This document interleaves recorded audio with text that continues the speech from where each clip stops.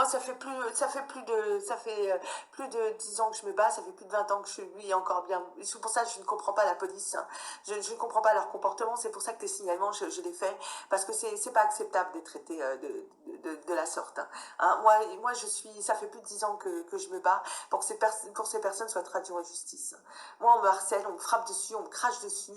Je veux dire, il n'y a rien qui est fait. C'est-à-dire que moi, je me suis déplacée plusieurs fois à l'OFAST, à la DPJ, au tribunal de Nanterre. Je me suis battue pour avoir un avocat, hein. D'ailleurs, avant d'avoir cet avocat, parce que je voyais que ça tardait, j'ai mis de l'argent de côté pour régler un avocat. Cet avocat m'a reçu, n'a pas voulu récupérer mon dossier et pourtant j'avais de quoi payer parce que j'avais l'argent sur moi et il n'a pas voulu, il m'a demandé de sortir. D'accord. Après, on m'a octroyé une avocate qui m'a reçue et qui a dit voilà 20 fois dans la journée. Parce que, et c'est pour ça que moi, je vais mettre la communication que j'ai eue avec l'officier de police que j'ai eu au téléphone, parce qu'il a dit voilà. Tout le monde dit voilà. Mais c'est quoi votre truc de voilà? Parce que moi, je suis fatiguée. Moi, on me fait passer pour une folle, alors que je ne suis pas folle. J'ai monté un dossier qui est complètement crédible. J'ai mis du temps à faire ce dossier. Hein. Moi, ces personnes, elles sont pas traduites devant la justice. Il n'y a rien qui est fait, mais que dalle. Hein. Par contre, moi, je me fais agresser, la police ne m'ouvre pas la porte. Je me fais agresser, j'appelle le 17, il ne se déplace pas. Il n'y a rien qui est fait. Alors moi, j'envoie un courrier au ministère de l'Intérieur, hein, au ministre de l'Intérieur, il n'y a rien qui est fait. Par contre, là, on m'envoie un papier en disant qu'on va venir m'expulser. Là, on fait. Donc moi, effectivement, je suis nostalgique. Je regrette 2007. Je regrette pas de. Enfin, c'est compliqué parce que moi, j'ai perdu mon frère en 2007. Donc effectivement, je regrette. C'est compliqué. Moi, il faut savoir que la toxicomanie de mon frère, je l'ai vécu et on m'a laissé déjà porter des choses étant jeune qui sont pas acceptables. Et tout ce système démontre qu'en fait, il faut s'en foutre des personnes qui sont toxicomanes, il faut leur fermer la porte au nez, et il ne faut pas s'occuper de leur toxicomanie, alors qu'il y a plein de choses qui sont... Je commence à devenir épuisée, déjà parce que mon état physique, je ne l'ai pas menti non plus, et qu'on cache que Claude Maresco était gravement malade. D'accord ? Et j'ai des démences, je les ai eues, mais après mon hospitalisation. Et moi, je dis que dans ce pays, quand un hôpital ne veut pas soigner une personne, il y a plein de choses qui se déclenchent. Et qu'après, on ment sur cette personne. Et qu'on la laisse complètement désorientée, et on la laisse à des personnes qui sont là pour profiter d'elle, de la frapper, de lui cracher dessus. Et ces personnes même m'ont dit que j'avais pas encore compris. Parce que, effectivement, quand j'ai été au commissariat de police, on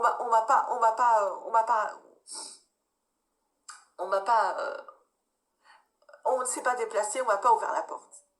Et qu'on s'est foutu de moi. D'accord? Et ça, il faut pas le dire, apparemment. Il faut pas le dire que la police se fout de ta gueule. Il faut pas le dire qu'il t'ouvre pas la porte. Il faut pas dire que Claude Maresco était gravement malade. Il y a plein de choses qu'il faut pas dire. Il faut pas dire que le meurtrier restera en liberté. Et il faut surtout pas dire que des dealers de drogue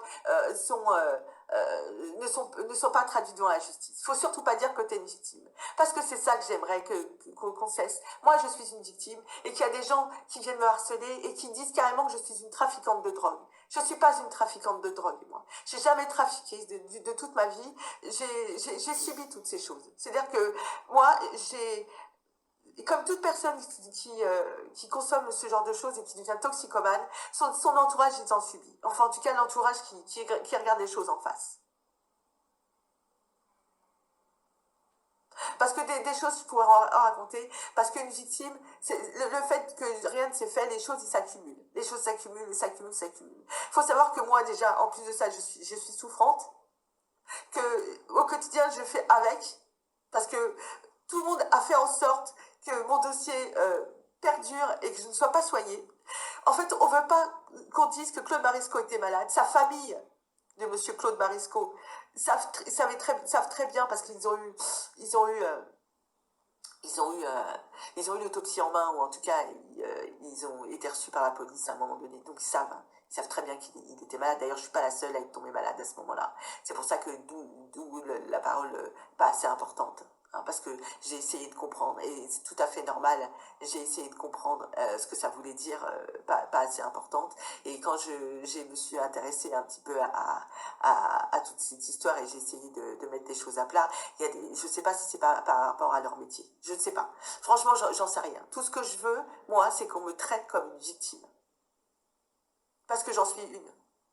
Et que je ne suis pas une trafiquante de drogue, j'ai jamais trafiqué de ma vie, et que moi, justement, j'ai porté plainte, et je porte plainte, et j'ai l'impression qu'il ne fallait pas que j'aille au commissariat de police. Non, mais j'ai cette impression-là. Il fallait pas que j'y aille. En fait, le fait, c'est que j'ai été porter plainte et que et je sais pas, c'est un souci de porter plainte. Je ne comprends pas. Je ne comprends pas. Les LOFAS, le service de l'OFAS, même des services de police qui ne sont pas spécialisés, sont bien placés pour savoir ce que ça engendre les trafics de drogue. Donc je ne comprends pas comment je peux être mis de côté, je ne comprends pas comment on ne peut pas faire son travail, parce qu'on ne le fait pas, parce que quand ça tarde depuis un mois, d'accord, mais ça fait 10 ans, hein, et je subis depuis 20 ans. Hein, la mort de mon frère, c'était en 2007, on est en 2024. Monsieur Claude Marisco, c'était en 2011, et on est en 2024. Hein. Faut pas oublier que c'est mon agresseur, mais le truc, c'est qu'on reste sur des démences que j'ai eues après des pas soins, alors que cette personne a fait allusion à l'enquête de mon frère. Hein, d'accord. Donc moi j'ai fait toutes les démarches et j'ai mis la preuve en ligne, hein, que j'ai fait les démarches justement pour avoir un avocat à l'époque et pour que ces personnes soient traduites dans la justice. Donc il faut arrêter de me faire passer pour une menteuse, il faut arrêter de me faire passer pour une trafiquante de drogue. Parce que la réflexion qu'on devrait avoir, c'est à qui ça sert de me faire passer pour une trafiquante de drogue. À qui ça sert? À qui ça sert que justement que la justice ne fasse pas son travail? À qui ça sert que la police n'aille pas de faire son travail aussi? Alors par contre, donc ça fait 20 ans. Hein, et moi, on m'envoie un papier comme quoi on va venir m'expulser. C'est pas acceptable.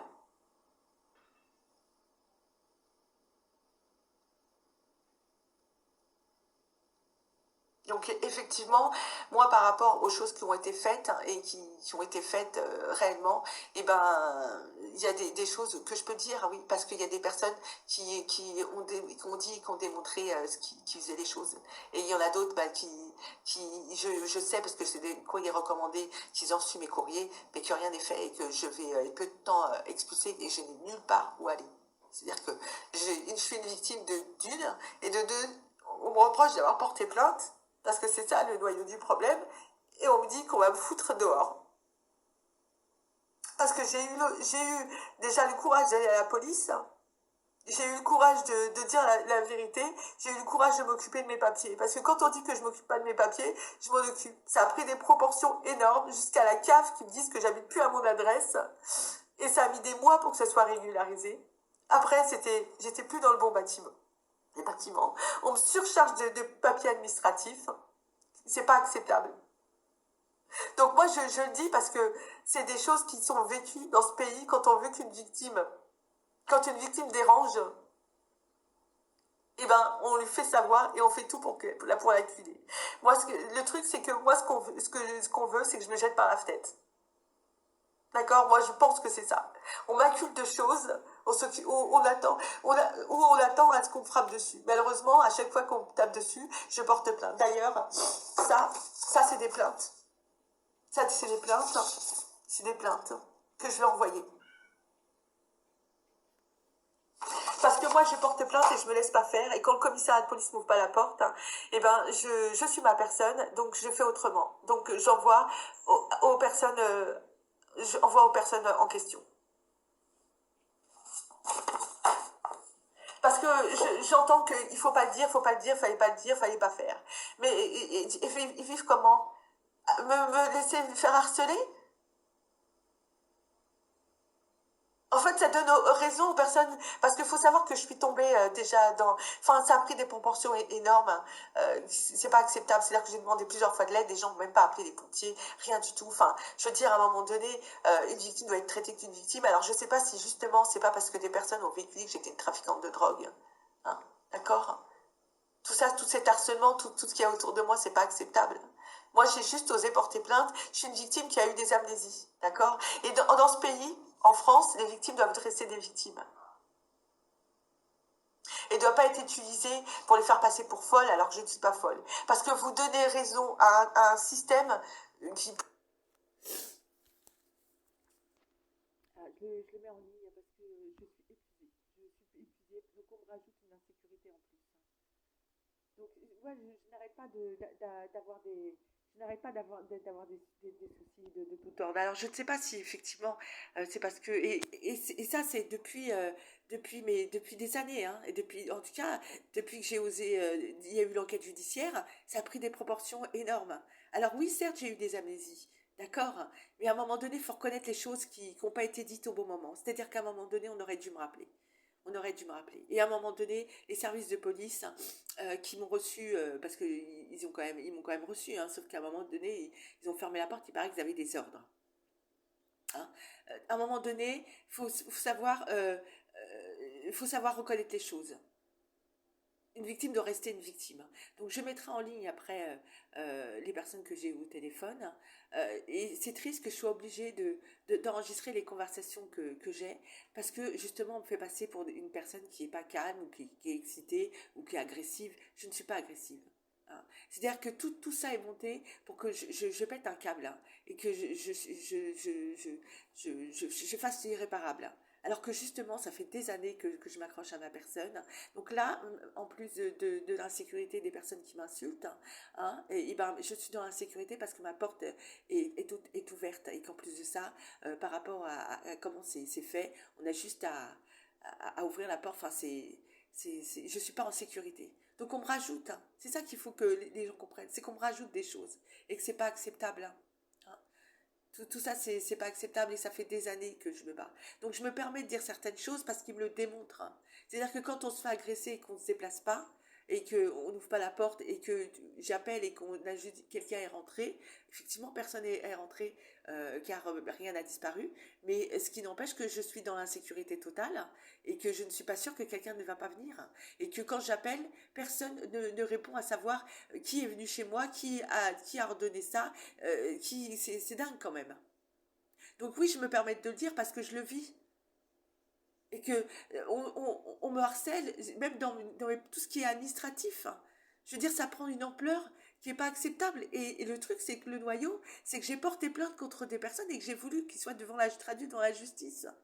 Donc le truc, c'est qu'on ne se déplace pas. Par contre, pour m'expulser, on va se déplacer. Donc c'est facile de mettre une personne et de l'acculer et qu'après dire ah ben oui, mais si, mais ça. C'est facile. Hein, quand on sait que cette personne est dans la sécurité. Donc après, je vais expliquer autre chose qu'un enregistrement que j'ai mis en ligne, parce que c'est pas acceptable non plus.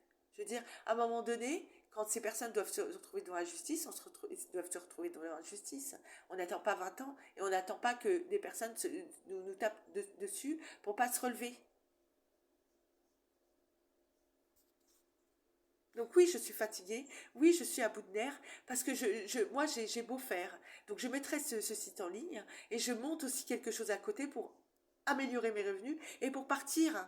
Parce que cette ville, ben, j'ai bien compris que j'ai prévenu le maire, hein, j'ai prévenu le maire, j'ai prévenu le préfet, j'ai prévenu le ministre de l'Intérieur, j'ai prévenu le tribunal de Nanterre. Et là, je vais recontinuer à renvoyer également un courrier où je spécifie les complications que je rencontre et les abus.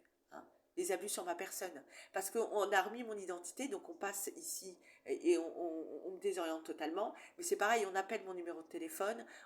Là, je suis obligée de porter plainte pour des choses. Enfin, c'est quand même hallucinant. Vraiment hallucinant.